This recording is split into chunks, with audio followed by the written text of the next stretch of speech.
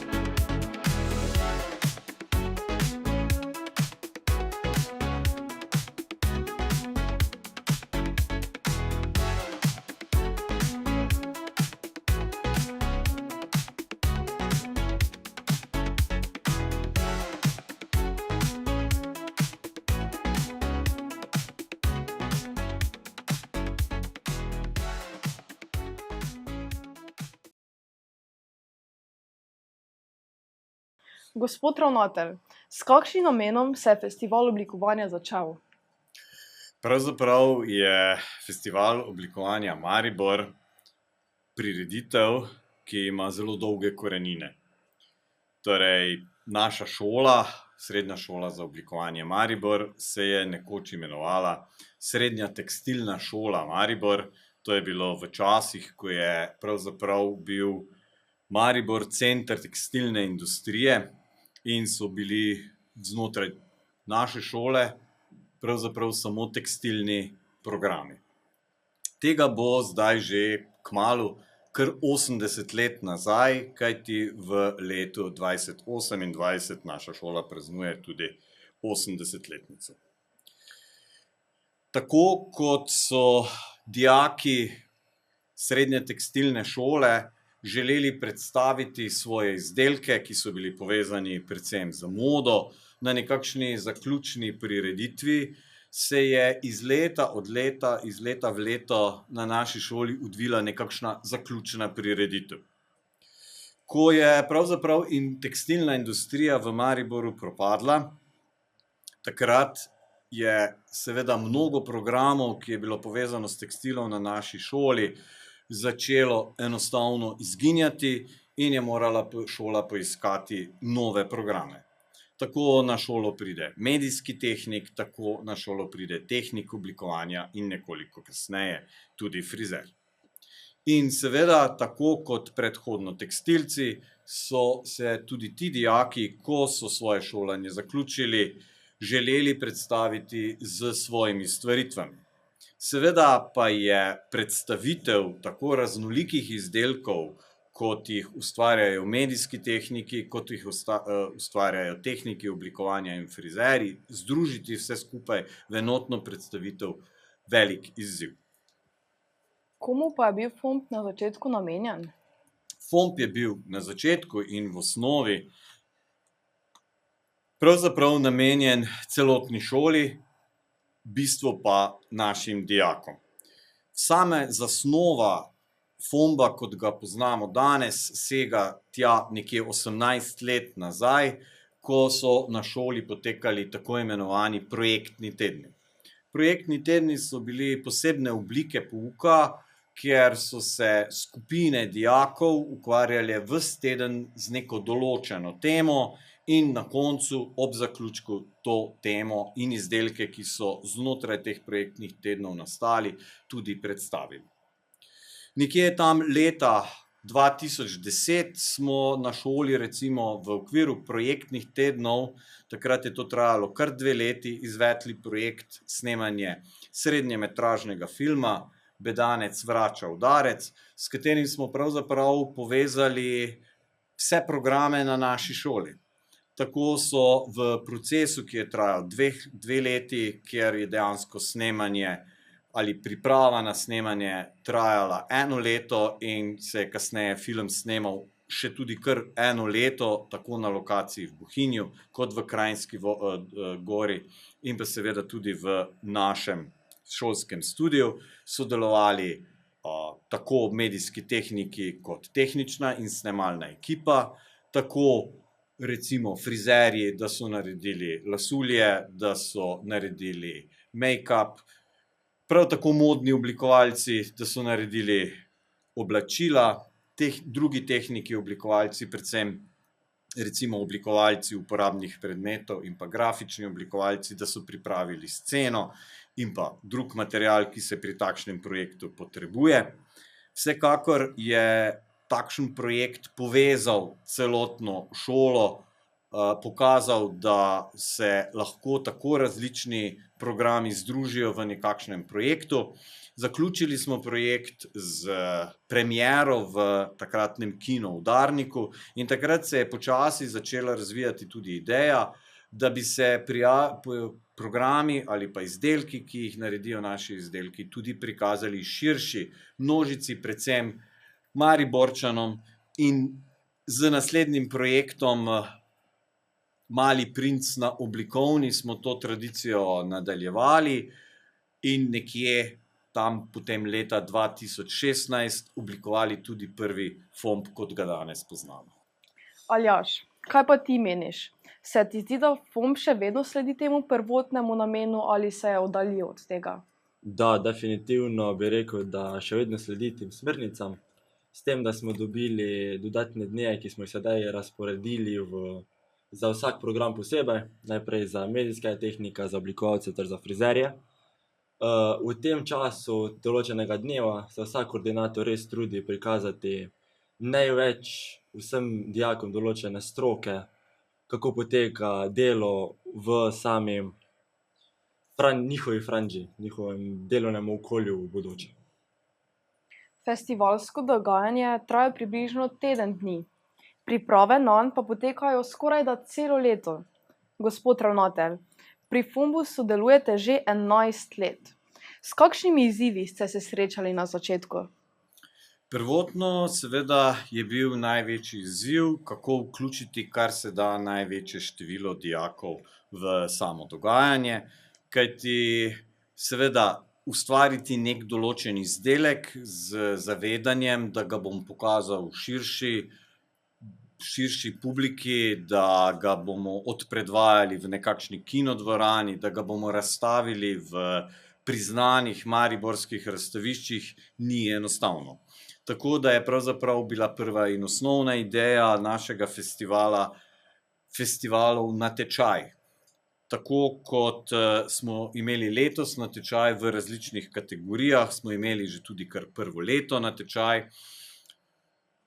Natečaj je pravzaprav tista možnost, da se tako dijaki naše šole, kot pa tudi drugi z drugih šol predstavijo z svojim izdelkom in pokažejo, kaj zmorejo sedaj.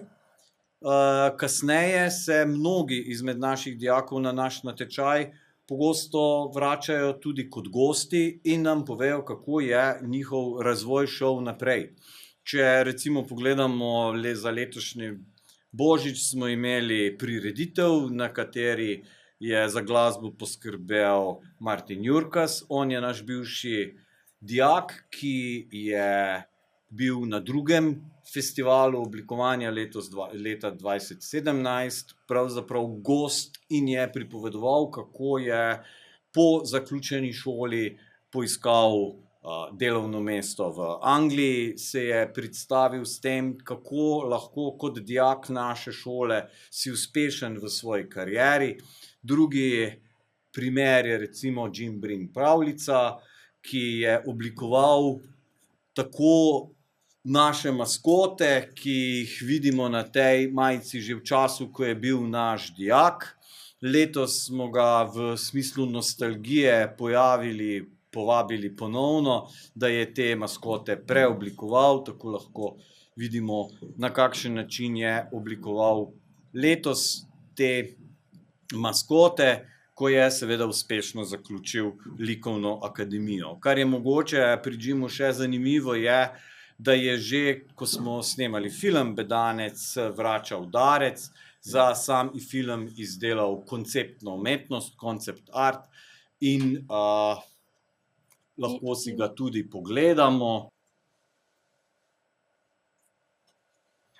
Tako po vseh teh letih pa se seveda Jim vrača v naše okolje, tako ima trenutno razstavo v Medianoxu in takoj po naši razstavi oziroma po svoji razstavi v Medianoxu sledi naša razstava, festivalna razstava, tako da lahko rečemo pravzaprav, da je srednja šola za oblikovanje vsaj v razstavišču Medianox FOMB že začela. Aljaž, če pogledaš danes, ali se ti zdi, da so ti problemi še vedno prisotni, ali so se pojavili novi problemi? Jaz osebno lahko komentiram probleme iz tehničnega vidika. Definitivno se skozi vsako leto, skozi vsako izvedbo FOMB-a pojavijo neki novi problemi. Naprimer od tega, da na sami generalki stvari delujejo, kot bi morale, potem pa, ko pride čas prireditve, kar naenkrat izgubimo nek signal kamere, izgubimo neko komunikacijo med režijo. Je kar pestro med tem samim dogajanjem festivala. Letošnji FOMB je nostalgičen. Spominjamo se preteklih, obenem pa smo usmerjeni v prihodnost. Gospod ravnatelj, katere spremembe prinaša letošnji FOMB in zakaj? Pravzaprav sprememb ne bo kaj dosti. Spremembe prihajajo počasi, premišljeno. Vsekakor bomo poskušali v letošnji FOMB vključiti kar se da veliko število dijakov. Vsekakor bo FOMB imel spet novo lokacijo, tako kot smo že v preteklosti večkrat poskušali z nekakšno novo lokacijo spodbuditi nove ideje, nov način izvedbe. bo seveda tudi letos s tem, da posameznih dnevov ne bomo izvedli v Mariboxu, ampak na drugi lokaciji, FOMP s tem tudi na nek način spremeni.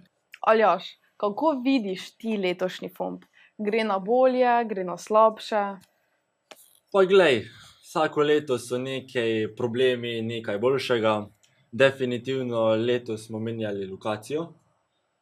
Včeraj smo imeli delovni sestanek na samem prizorišču, kjer smo dorekli z ekipo, kje in kako bo sam festival potekal. Ampak, ja, glej, je razlika, ker ko smo bili v Mariboxu, smo bili tam navajeni. Vse smo vedeli, kako kaj postaviti, kje in kako je. Sedaj pa nova lokacija, novi izzivi, kjer se definitivno vsi v ekipi veselimo. V sklopu FOMP-a spada tudi FOMP natečaj. Na njem se dijaki lahko pokažejo v različnih veščinah, kot so fotografije, video, animacija, različne grafike. Ob FOMP-ovih začetkih so dijaki posneli srednjemetražni film, s katerim so se izjemno dokazali, pa si oglejmo kratek odsek.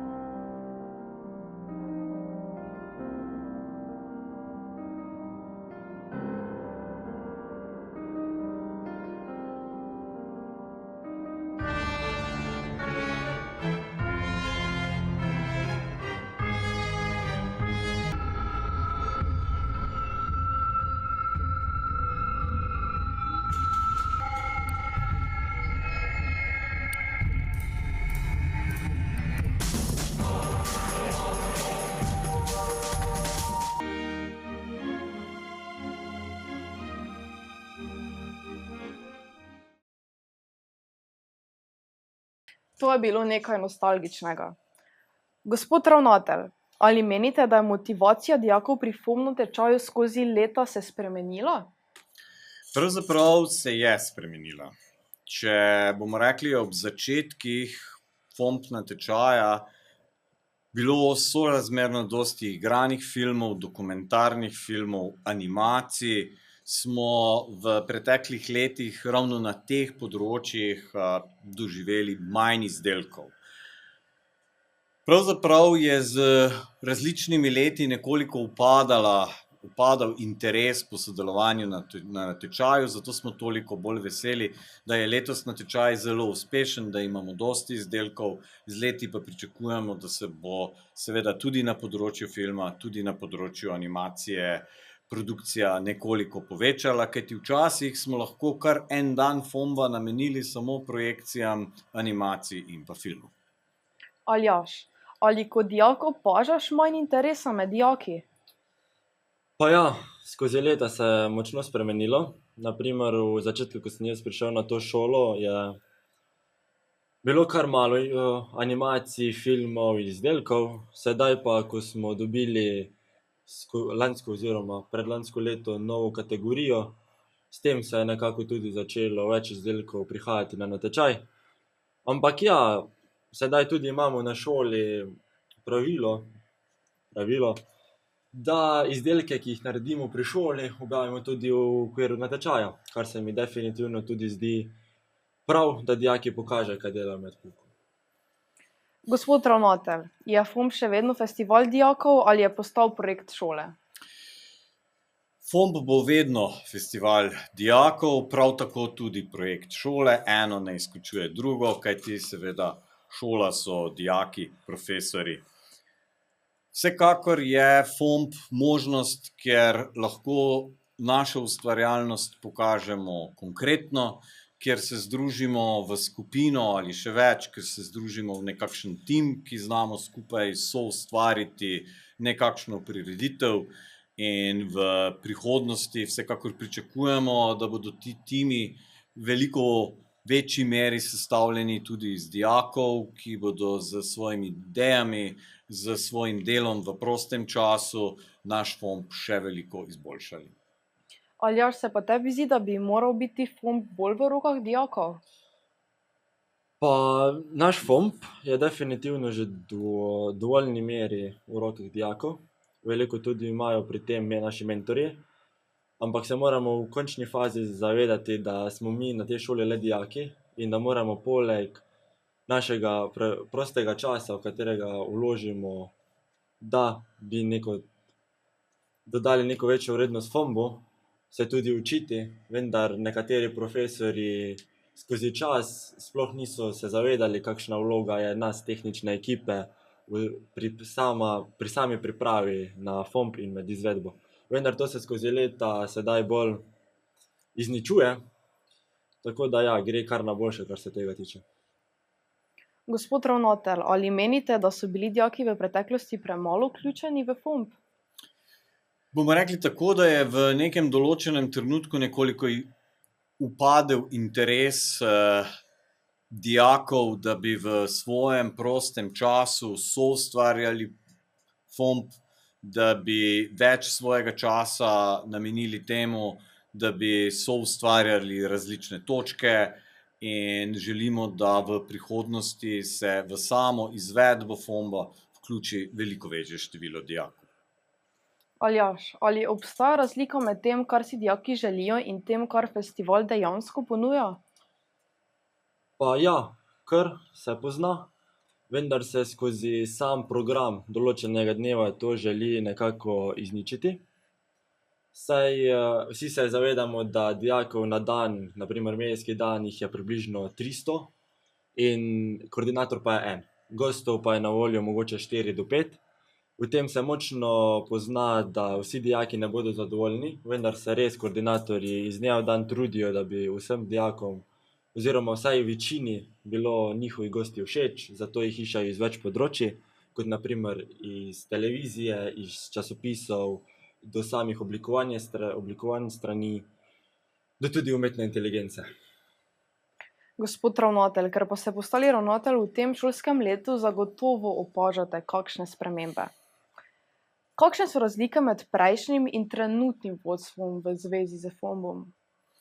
Pravzaprav je organizacijska ekipa in pa jedro samih ustvarjalcev FOMP-a ostalo enako, kar pomeni, da nekih večjih sprememb ni za pričakovati. Kot pa smo že prej rekli, že sprememba prostora, že to, da je na letošnji natečaj prišlo zelo dosti izdelkov, bo prinesla potrebo po tem, da se najdejo neke nove rešitve.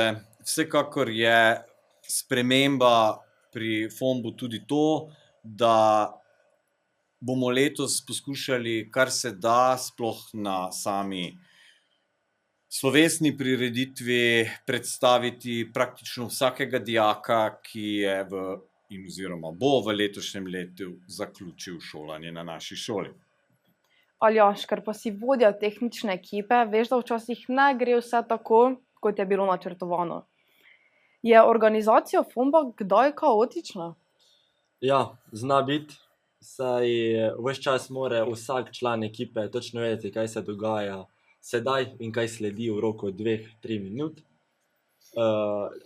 Potrebno je tudi, da imamo takšno močno organizacijo med sabo, da nekdo skrbi za gosta, drug pa že skrbi na to, kako se bojo iz samega prizorišča odnesli, na primer, stoji, rekviziti. Tako da ja, tu se kar lovi čas. Je pa res, da med samo prireditvijo nastanejo kakšne težave, izguba signalov, ampak to moramo v najkrajšem možnem času rešiti, ker pač tu za paniko res ni prostora. Festival je za šolo že stalnica, pa vendar je iz leta v leto drugače. Gospod ravnatelj, ali obstaja nevarnost, da FOMP postane preveč formalen in izgubi kreativnost? Pravzaprav FOMP je kreativnost, kar pomeni, da temelji na ustvarjalnosti, da temelji na naših dijakih, ki so že v osnovi ustvarjalni posamezniki in zaradi tega strahu ni. Aljaž, če si popolnoma iskren, kaj je največji problem FOMBA? Največji problem FOMBA je definitivno menjava generacij. Zaradi tega, ker generacije, ki so se že vse naučile, poznajo zadevo, kako funkcionira, z končanjem izobraževanja na tej šoli odidejo in s tem pridajo novi dijaki, kateri so povsem brez znanja, v katere je treba vložiti več časa, da jih to tudi naučimo. Vendar čas mineva. Letošnja novost je tudi spremenjena izvedba. Gospod ravnatelj, zakaj je FOMP izgubil spremljevalni program? Verjetno moramo kar na začetku povedati, kaj je to spremljevalni program nekoč tudi bil. V preteklosti smo poleg rednega dela posameznega dneva v večernih urah tudi na različnih lokacijah, to je bil recimo salon uporabnih umetnosti ali dijaki ga bolj poznajo kot mariborski kazino, ki se v tem trenutku sploh ne uporablja, ali pa recimo v Astoriji so potekali takšni spremljevalni programi. Smo pripravili tudi program, ki je bolj namenjen mogoče nekoliko odrasli publiki, kjer smo povabili drugačne goste, predvsem eminentne goste iz mariborske umetniške scene, kot je bil recimo zdaj žal že pokojni profesor Ludvik Pandur. In ta program je zahteval praktično dvojno organizacijo festivala. Bomo rekli, prve 4 festivale smo to zmogli, da smo pravzaprav imeli 2 tehnični ekipi na različnih lokacijah. V zadnjih letih pa pravzaprav je to zelo zahtevno. Potrebno je tudi povedati, da smo včasih imeli tehnično ekipo, ki je bila sestavljena iz 40 dijakov, zdaj pa je seveda to število močno upadlo. Zakaj pa je prišlo do spremembe lokacije? Do spremembe lokacije prihaja iz različnih razlogov. Nekako takrat, ko smo začeli z festivalom, smo imeli idejo, da bomo imeli več filmske produkcije, zato smo takrat začeli sodelovati z današnjim Mariboxom, ki nam je takrat odstopil svoje dvorane zastonj. Odstopil nam je tudi avlo, v kateri smo imeli razstave, recimo tukaj je še primer razstave z prvega FOMBA, ki smo jo imeli v avli Mariboxa.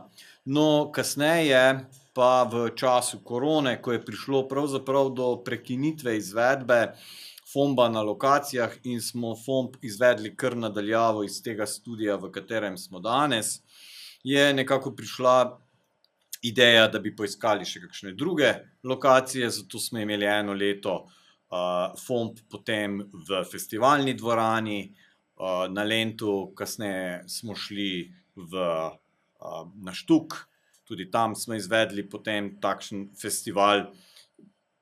Nekakšna nova lokacija prinese nove izzive, nam daje nekakšne nove možnosti, tako smo se letos predstavili na drugi breg Drave, tukaj, kjer je tudi naša šola, in se bomo pravzaprav soočili seveda z novimi možnostmi.